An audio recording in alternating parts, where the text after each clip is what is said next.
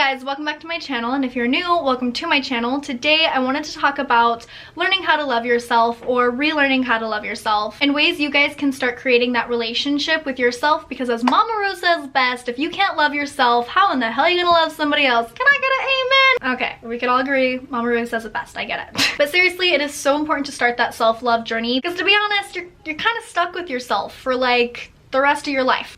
I feel like my entire life I have seeked out the love that I could have easily just given myself, and without that love it is so easy to slip into projecting onto other people, getting into toxic love, and honestly just stunting your growth. A big thing that changed my perspective on it was I realized all of the flaws that I so harshly critiqued on myself, I would have never done that to any of my best friends or partners. Every single time that they have ever come to me with any insecurities, I would be baffled and be like, girl, you are gorgeous, like what are you talking about? Everybody is harder on themselves than I think what the outside world truly is, although none of us see it that way for some weird reason. Anytime I would say anything mean about myself, whether it be in my head or out loud, I would reverse it and I would be my own cheerleader. It sounds crazy, but I promise you after a while it really does start to work. And I'm not just talking about being in denial. I'd be looking in the mirror like, damn bitch, you got messy hair, 3 stains on your shirt, and you still look like a bad bitch, let's go. See, it's cringy, I know, but it works. I feel better. I would just hype myself, like literally be the biggest hype man. And I promise you, you will probably look just as cringe as I do. But I also promise you, you will probably feel just as good. You win some, you lose some, right? My spirituality actually helped a lot with this. I know not all of you guys are spiritual, but I did kind of want to let you guys in on how exactly it helped me. Part of my spirituality is creating your own reality, and a part of that is making sure that your inner world is at peace so that way your outer world can reflect that. And whether you're spiritual or not, having that outlook will change your life. My inner world was a mess and I'm still cleaning her up a little bit, okay? She's a work in progress, but she's getting nice and tidy. She's getting positive, she's getting happy. It's a journey and that's okay. But as soon as I started making those first steps, I saw changes immediately, and of course I would. If you're beginning to feel better, you're going to do better. And before we get into the nitty-gritty of all the ways that I specifically did, I wanted to give you guys a piece of advice that my best friend did. She is a wise woman. I love you, Bia. And again, it is spiritual, but you'll get the gist, you'll get the point. I think it has a really important message. Basically, it doesn't matter what our avatar looks like. Our body doesn't have a soul, our soul has a body, and we're just here to experience human life. Our body is like a car, so that way our soul can physically experience Earth. That's literally it. It doesn't matter what it looks like. Sometimes it's fun to dress up our avatar, but our bodies are definitely the least important and least interesting thing about us, and that opened up my eyes a lot. So with that being said, let's get into it. Let's talk about what I'm most insecure about, am I right? Just kidding, we're only gonna dip our toes into it because I'm not gonna completely out myself, okay? So after having kids, I felt like I didn't recognize myself and I lost who I was, but that couldn't be further from the truth. I lost my relationship with myself. I never lost who I was. Although I will tell you, it feels that way. My hair got even thinner, which it was already thin to begin with, which is fine.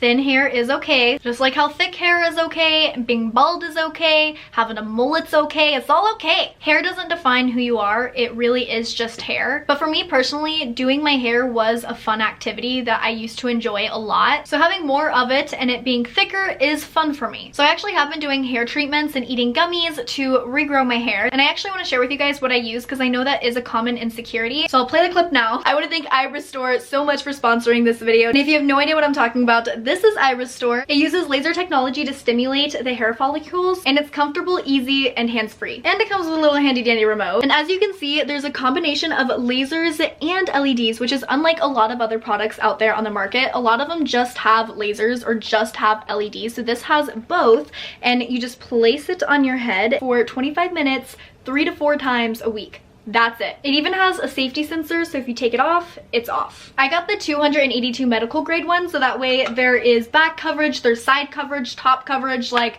the whole 9 yards. Having the combination of LEDs and lasers also provides optimal energy and coverage, so that way you can get the most out of it. And there's even ventilated airflow. What drew me to this product specifically was how crazy the before and afters were, and it's clinically proven. And there's even a 12-month money back guarantee if you don't like it, but I don't see that happening. So I highly highly recommend I Restore, and I even have a discount code for you guys, which I'm gonna put right here, which is Alex350, and I'll even have the link in my bio for you guys. So thank you so much I Restore for sponsoring this video again and restoring my hair. Okay, we're back. But that is another thing that I wanted to talk about. I think it's important to learn to love what you have, but I also don't want you to think that's the only option you have. It's your body. You can do whatever you want with it. If you want to change something about yourself, that's okay. As long as you're doing it for yourself and not anyone else, don't let society bully you into what this impossible idea of beauty looks like. And don't feel guilty or ashamed about it, because at the end of the day, it is your body, your choice. So yeah, I am growing my hair back for moi. And the next thing I wanted to talk about is something I can't change, and actually what sparked my idea for this video. It's something I've hidden for years, and that's my stomach. I've lived in high-waisted jeans, high-waisted leggings for far too long. It is summer, it's hot, I'm over it.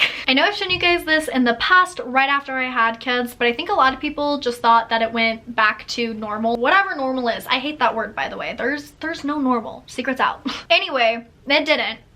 She's here.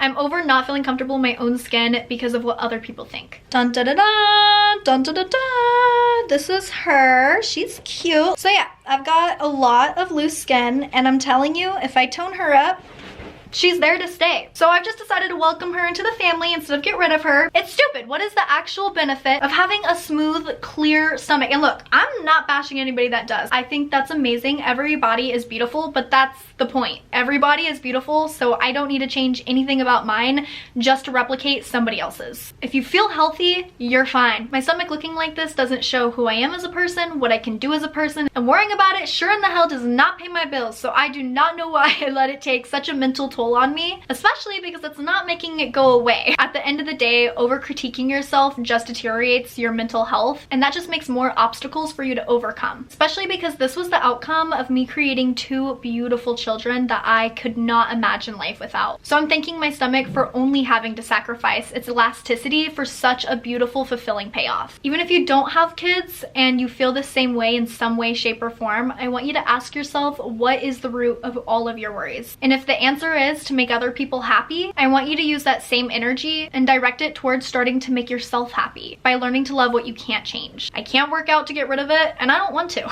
I truly look at this as a blessing in disguise, because I've done so much inner work that probably wouldn't have happened if I didn't have a saggy stomach with no belly button, which by the way is super fun to play with and very comfortable to lay on. My kids approve. They love it. You gotta look at the positives. Plus, I love that my kids get to see my stomach on the daily, which expands their views as a person, that you can love and accept even what society tells you not to. But obviously, I did not always feel this way, so I wanted to get to the specifics of what I did to start this journey for myself. So number one, I banned Facetune. That bitch is gone. She's never welcome back on my phone ever again. It's not healthy for me, and while I'm not shaming anybody else for using it, it was just for my mental health. I think I finally realized people do not look at photos as harshly as what we think that they do, and if they do, fuck them. Why are we trying to impress those people? Those people need to work on themselves. And in fact, you should not be wanting to impress anybody but yourself, because your body is for nobody else but yourself. The next thing I did was a little scandalous. Just kidding.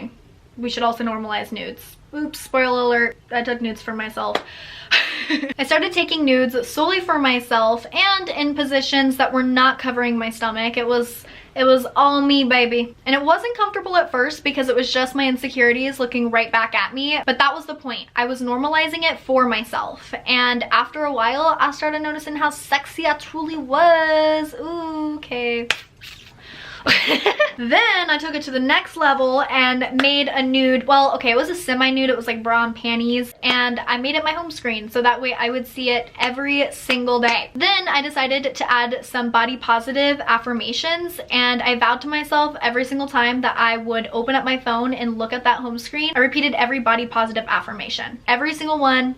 Every single time. And it was perfect because it was while I was looking at my body. Anytime I would nitpick myself, I would reverse it and pair it with a compliment. And again, I want to emphasize it does take work. It's not an overnight thing, but the payoff is so worth it. I am also vowing to myself to buy a 2-piece bathing suit set this year, because the only reason why I was wearing high-waisted ones, or what is it? A onesie? Are they called onesies? What are they called? A onesie, a one bathing suit. What is it called when it covers your stomach? A one piece. I've lived in one pieces since having kids.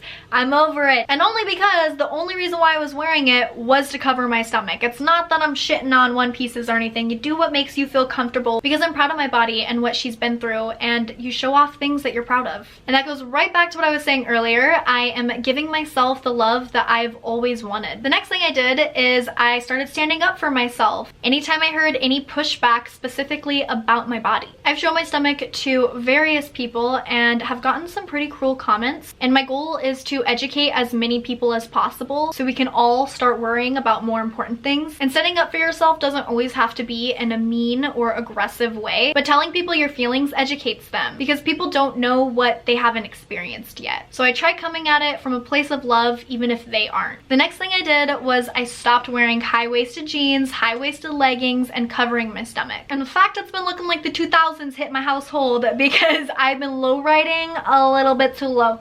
A little bit too low.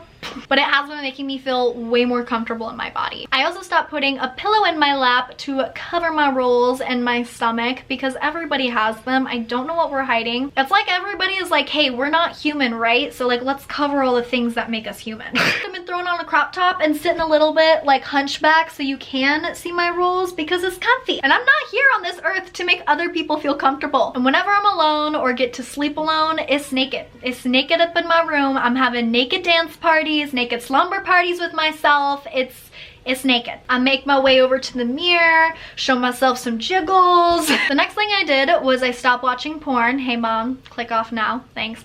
It just inherently puts an image of what a female body should look like. And while their bodies are beautiful, I'm tired of only seeing one body type predominantly on there. The next insecurity I wanted to talk about was my face. It's something my body dysmorphia has always made me insecure about, and I masked that with loads of makeup, which again, I'm so for if that's what makes you happy. Makeup truly is an art form, so I'm not bashing that at all. It just made me extremely uncomfortable, so much so that I would never wear my glasses if I was wearing makeup, because I would have so much foundation on, and then the glasses would just kind of like move it around. No matter what nice foundation I bought, it'd move it around. It'd feel icky sticky, and I would get overstimulated, so I stopped seeing so that way I looked good. Like, what? That's ridiculous. That means I need to start working on it, right? So I challenged myself to not wear makeup, and I did that for months. And obviously I still like makeup. It is fun. It's just not something that I feel that I have to do. I do it now because it's fun, and again, I like dressing up my avatar. I just don't feel that I need to do that in order to look presentable, because I'm beautiful the way I am with or without makeup. Now I actually rarely wear makeup, and similar to my body, I took tons of photos barefaced, complimented myself, and even in the home screen photo, I made sure that I had absolutely no makeup on, so that way when I was doing those affirmations, it was to my face as well. It was to the whole shebang. And eventually I saw that insecurity start to break down. And like I said, it is still a journey, but I have made tremendous steps for myself, and I hope that I give you guys some ideas to start your guys' journey, because I know how draining it can be to just constantly put yourself down. Everybody is unique in their own way, and that is beautiful. I love you guys so much. I hope this helped, and I promise to make more videos about this and talk more about it on my Instagram, because I know there's going to be a lot of new ways that I'm going to come up with as well. So yeah, I will see you guys next time. Have a great one. Bye.